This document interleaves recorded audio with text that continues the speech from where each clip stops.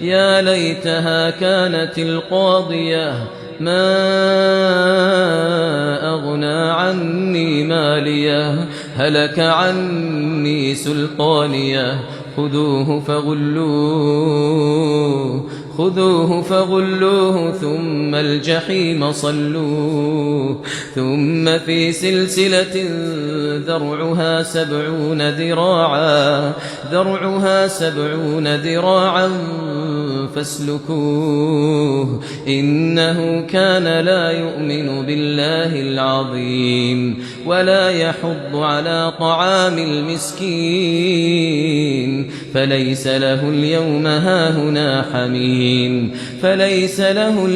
هاهنا حميم ولا طعام إلا من غسلين لا يأكله إلا الخاطئون